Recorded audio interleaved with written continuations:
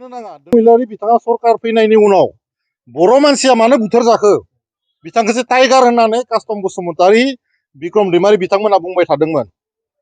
Tiger थानायाव बर' मानसिया मानो बुथार जाखो दिनै लाइमोन सेंग्रा सिख्लाफोरखौ 2 लाख होगोन होननानै मानो थगायखो बोरो साख्रिया बोरो हाग्रामा महिलारि बिथाङा साख्रि होगोन होननानै लाइमोनफोरखौ मानो थगायखो बिनिसो एन्सार नांगौ। दिनै बर'फोरा संग्राम खालामनानै मोननाय BTC बिटिआर सेक्रेटारियेटआव दिनै लाइमोनफोरा मानो थांनो गोनां जाखो हाग्रामा महिलारि बिथाङा मानो सावरायनानै समस्याखौ समाधान खालामनो हायासै। दिनै रायजो राजाफ्रा सोंनो लुबैदों हाग्रामा महिलारि बिथांखौ दिनै नोंथाङा मानो परियालबाद नेपटिज्मनि पलिटिक्सखौ मानो खालामनो नागिरदों बेखौसो सोंनो नागिरदों। गावनि खुरखालि जाबानो गावनि बिबोनां जाबानो मोननो नागिरनाय गावनि बिसिखौ MLA दैखांनो नागिरनाय नोंथांखौ बिनि थाखायथ' देरखाङा हराखैमोन। BTCखौ बिटिआरखौ मोजां खालामनो मोजां सासन खालामनो नोंथांखौ मेन्डेट होदोंमोन। नाथाय नोंथांनि समाव जों खोनादों सिन्डिकेट जोंनि बर' मानसिखौ गाफ्ले बुथारनाय दिनै बहाबा मेला नायनो थांबा देगारजों सुनाय बुना हरनाय मानसिफोरखौ फाग्ला खालामनाय जिथु नोंथांनि पलिटिक्स जेनेरेसनखौ धंख खालामनाय जिथु पलिटिक्स बेखौ रायजो राजाफ्रा नुदों। आरो एसेबां जुदि जातीयताबादि मानसिबा दिनै जों खोनाबाय थादों BTCखौ सोरबासो सालायगासिनो दङ सोरबा बामोना सालायबाय थादों होननानै जों खोनादों।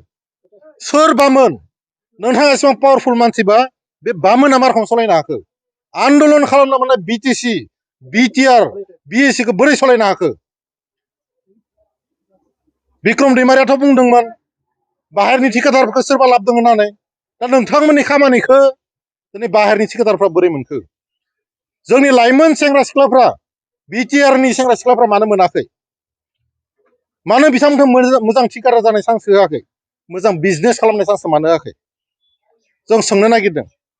कास्टम बसुमतारी रिन्जय बर' बिक्रम दैमारि प्रहलाद ब्रह्म बिथांमोना सिगाङो फेसबुक लाइभ खालामनानै हाजारथा बाथ्रा बुङोमोन गाफ्लायमोन। दिनै खोनादों जोङो हाग्रामा महिलारि बिथाङा बुंदों रन्जन दैमारि बिथांखौ बिथाङा दिहुनगोन। मस्ट वेलकाम जोङो सापर्ट दङ नोंथांजों। नाथाय नोंथाङा इलेक्सन बारहोनो थाखाय एसेम्ब्लि इलेक्सन फैनायनि थाखाय नोंथाङा बेबायदि फाल्तु बाथ्राखौ बुंनायखौ जोङो बर' रायजो राजाया सैजो जायाखै।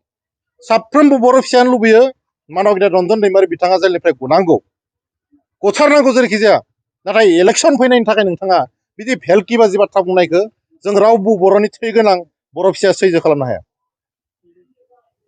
दिनै जों नुनो मोनदों जे सार BTCआवहाय BPF सरकार फैनाय लोगो लोगो रायजो राजाफ्रा गोजोनै थानो मोनाखै।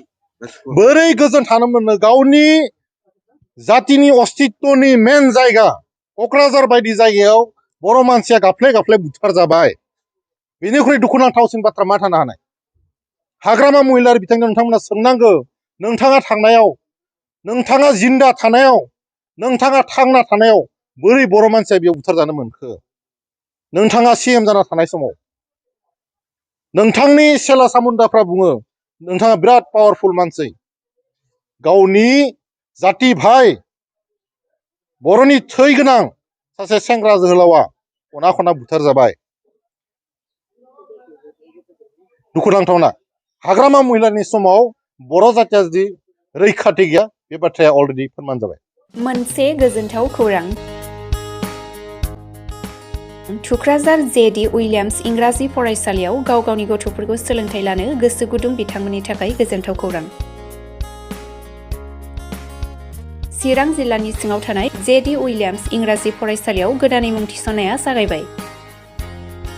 JD उइलियाम्स इंराजि फरायसालियाव नोंथाङा नोंथांनि गथ'फोरखौ मोजां सोलोंथाइ होनानै गोजौ फारसे दावखोलांहोनो हागोन। JD उइलियाम्स इंराजि फरायसालियाव गोबां रोखोमनि खाबुफोर मोननो हागोन जेरै हिन्जावसा आरो हौवासाफोरनि थाखाय आलादा हस्टेलनि खाबु मोनगोन आरो हस्टेलनि फरायसाफोरखौ फोरोंगिरिफोरजों लोगोसे दिथागिरिफ्रा जोथोनबो लायो। बे फरायसालियाव कम्पिउटार सोलोंथाइनि खाबु दं। बेनि अनगायैबो जोलुर गेलेनाय फोरोंनाय आरो गुबुन गुबुन गेलेनायफोरनि खाबु मोननो हागोन।